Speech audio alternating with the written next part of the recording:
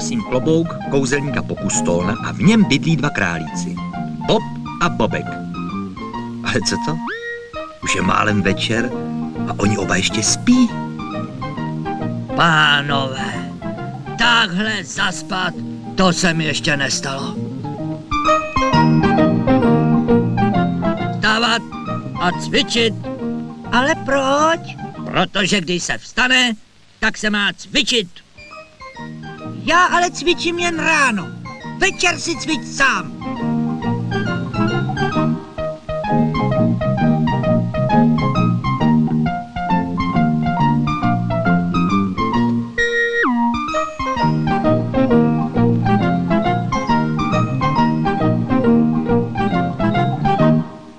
Vstávat, jde se do práce.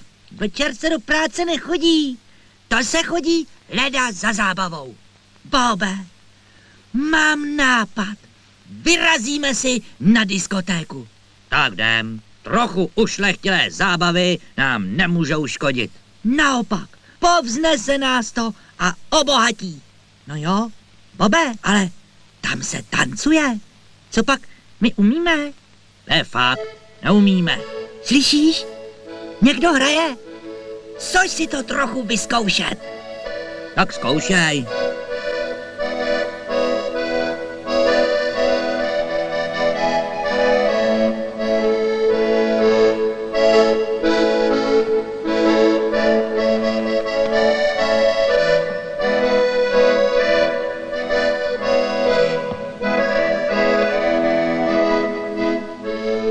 Tohle ale není disko.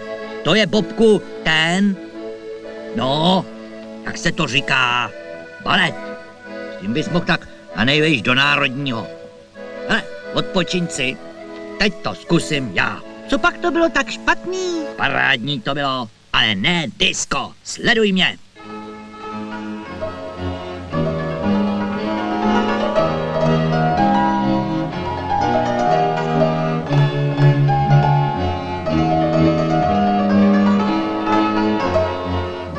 Tak co?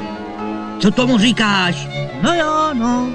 Ale hlavně už pojď, nebo přijdem pozdě. Co si myslel tím? No jo, no. Řekl jsem, no jo, jakože je to pěkný. Ale taky to není disko. Oni snad se to taky museli učit, ne? A taky to všichni netancujou perfektně. To je fakt. Tak to prostě risknem. Že jo?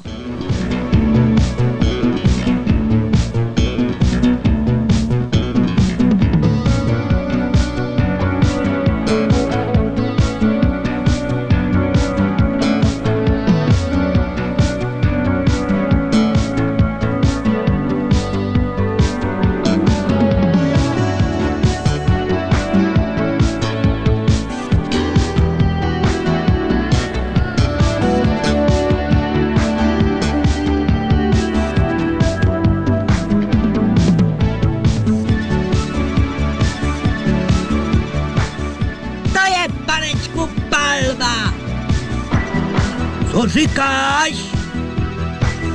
Že je to palba! Hele, slyšel jste? Tady někdo mluvil o střílení. Hele, jsou tu dva králíci. Kde by se, prosím vás, vzali? Hele, pojďte, nenápadně za mnou, hele, jo?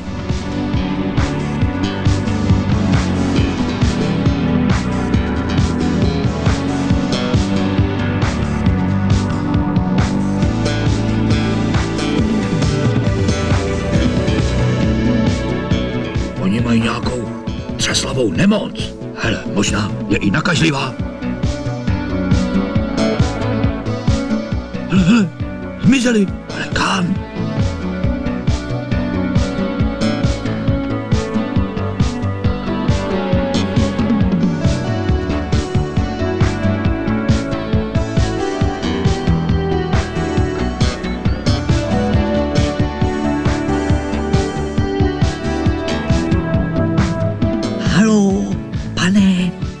Pomozte nám, my jsme se přišli pobavit a taky si zatancovat. A ti dva pánové, tam ti dva, nás chtějí asi vyhodit.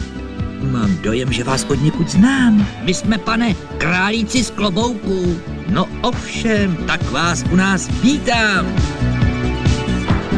Dámy a pánové, dovolte mi, abych vám představil vzácné hosty. Boba a Bobka, králíky z klobouku, s jejich osobitým pojetím diskotance. Třeba se od nich něčemu přiučíte. Páni, to bude trapas.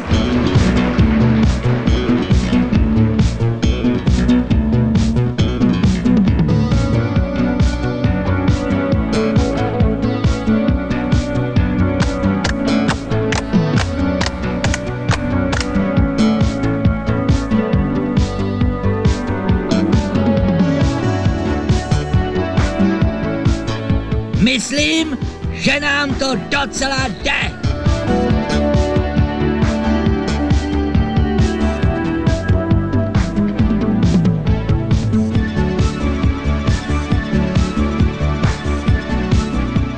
Víš, že jsem, Bobe, docela pěkně utahanej. To máš z toho, že se ulejváš při cvičení.